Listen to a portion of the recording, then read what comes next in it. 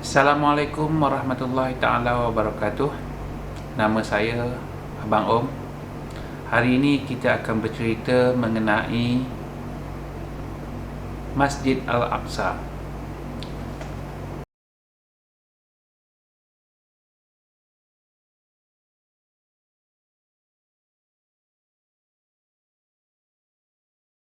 Sebagaimana yang kita ketahui,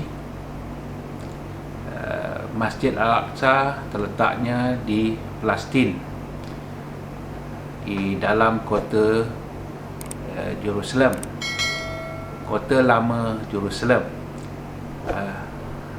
Dia pernah berada di jajahan di bawah kuasa Kristian, Roman, dan juga kemudiannya setelah perang salib dia menjadi milik Islam dan ianya telah ditawan oleh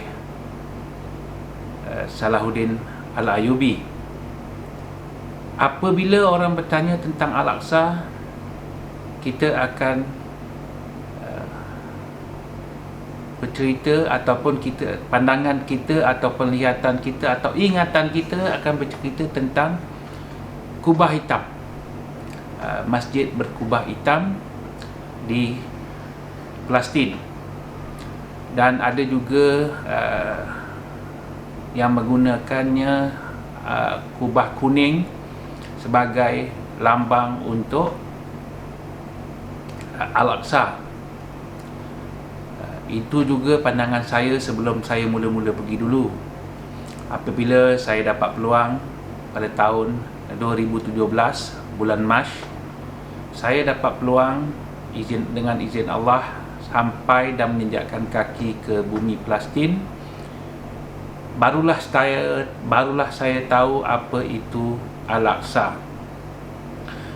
Al-Aqsa sebenarnya adalah sebuah komplek yang berukuran 40,000 meter persegi, berada di dalam kota lama Jerusalem. Di dalamnya terdapat 5 buah masjid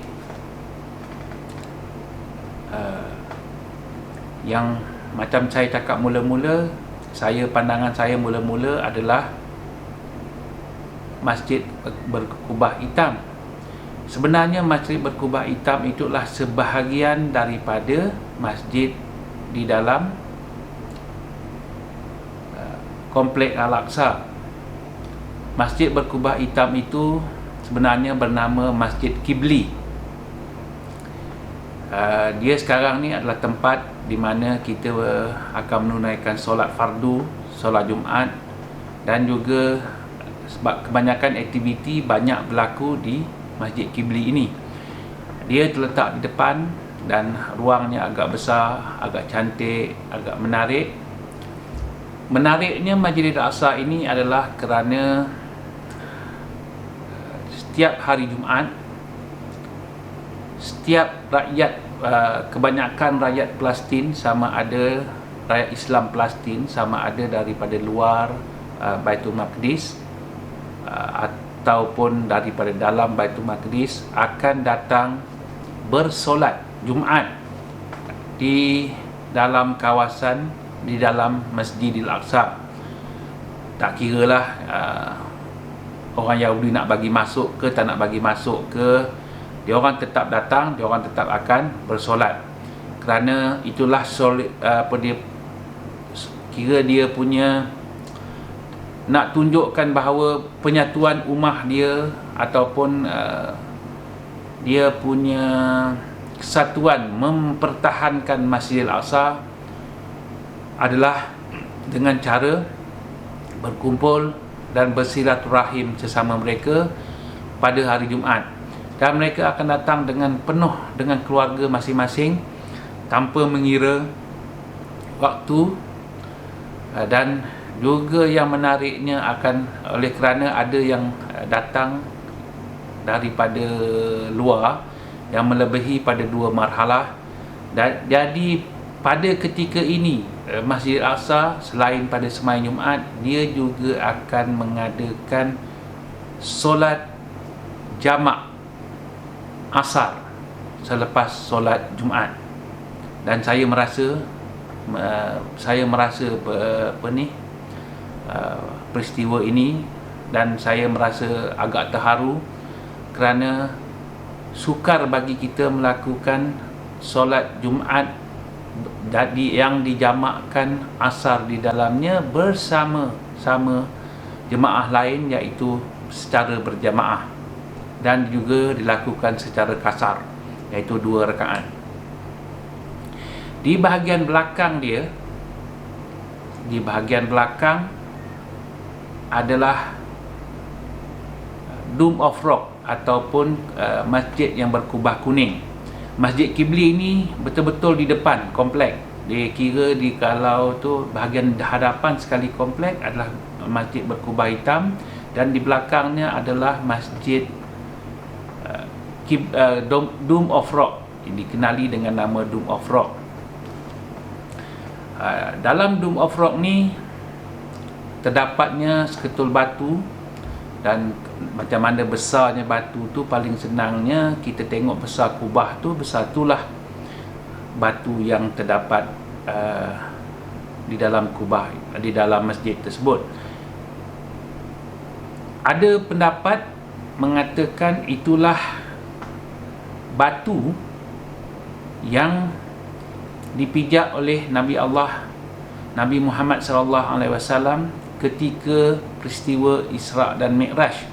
Ketika Mi'raj, iaitu ketika Nabi Muhammad SAW naik ke langit dan sampai di separuh ataupun lebih kurang dalam 7 kaki ataupun 12 kaki lebih kurang macam tu, batu itu tidak diizinkan dan dia tergantung. Dan ada juga tapak di tengah-tengahnya yang dipercayai adalah tapak kaki Nabi kita, Nabi Muhammad SAW. Batu ni ada pertikaian, ada yang menyangkal, ada yang mengatakan ya, terpulang kepada kita untuk menerima atau tidak kenyataan ini, sebagaimana kita menerima kenyataan atau cerita tentang Isra' dan Mi'raj itu sendiri. Jadi Allah yang berkuasa, Allah yang tahu apa yang sebenarnya berlaku. Dan mengikut riwayat, batu keliling atau tembok-tembok keliling bangunan Dome of Rock ini dibina oleh khalifah di zaman Muawiyah, iaitu Marwan bin Safwan. Jadi tujuan dia adalah untuk membina, mengelakkan daripada perkara-perkara yang tidak diingini. Kalau kita masuk daripada belakang komplek Al-Aqsa ni, jadi kita akan lalu ke satu dataran, dan bila sampai di kawasan untuk ke Masjid Kuning ni, Masjid Kubah Kuning atau Dome of Rock ini, kita perlu menaiki tangga lebih kurang dalam 6, 7, 8 biji lebih kurang tu, saya tak kira, tapi tinggi untuk kita sama ke paras batu tersebut. Dan lepas tu kita akan turun daripada tangga tersebut untuk sampai ke Masjid Qibli yang saya ceritakan pada mula-mula tadi. Jadi kalau tengok dari segi logik, komplek Al-Aqsa ini paras dia sama, cuma bahagian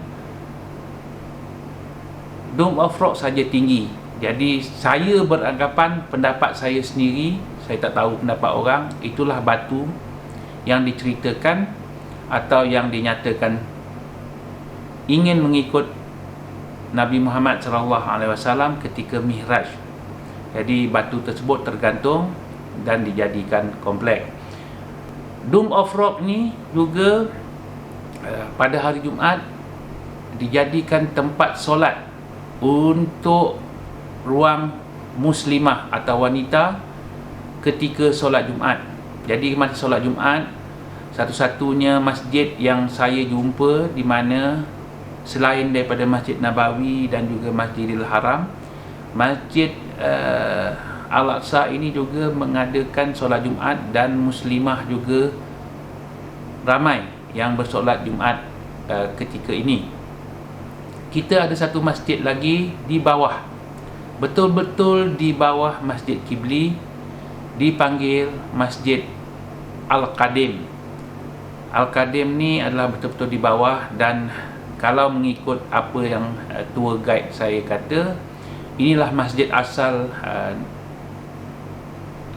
Masjid Al-Aqsa yang asal, yang dibina di zaman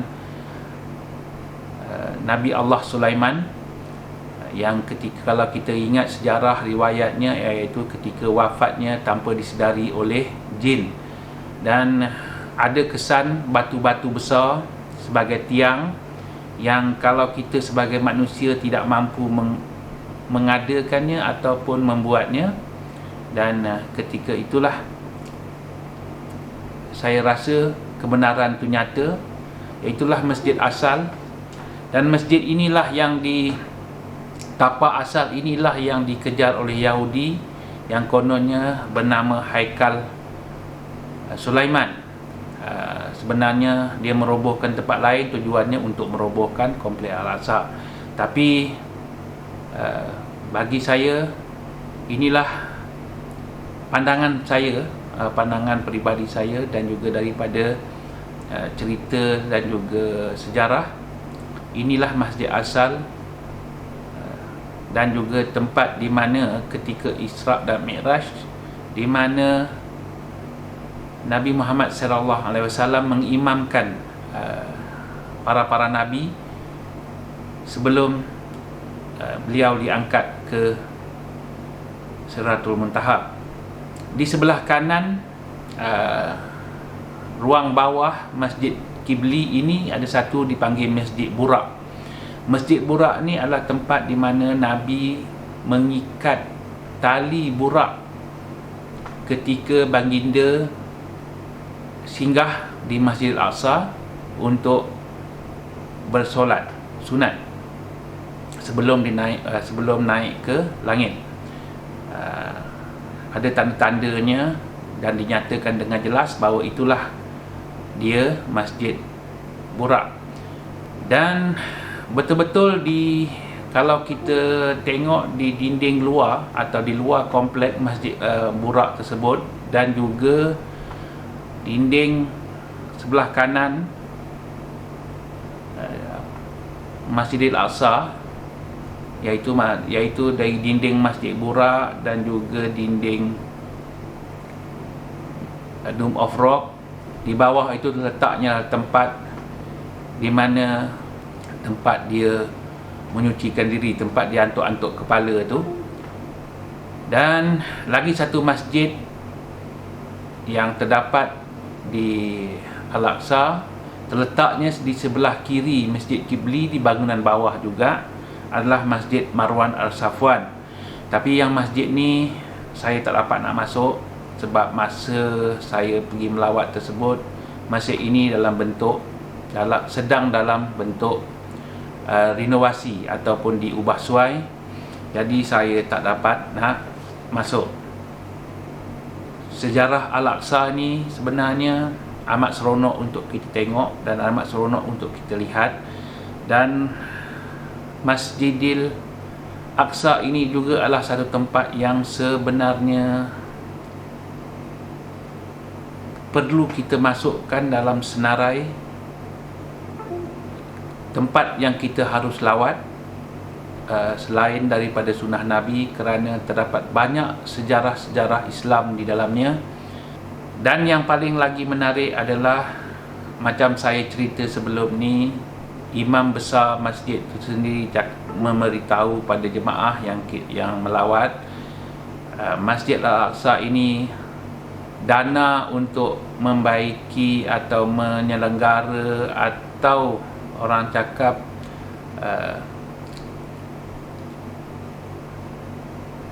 kegunaannya adalah hasil daripada derma-derma atau bantuan-bantuan daripada jemaah-jemaah yang hadir. Untuk itu, sekian dulu perkongsian saya hari ini. Kita akan sambung lagi pada perkongsian akan datang dan jumpa lagi.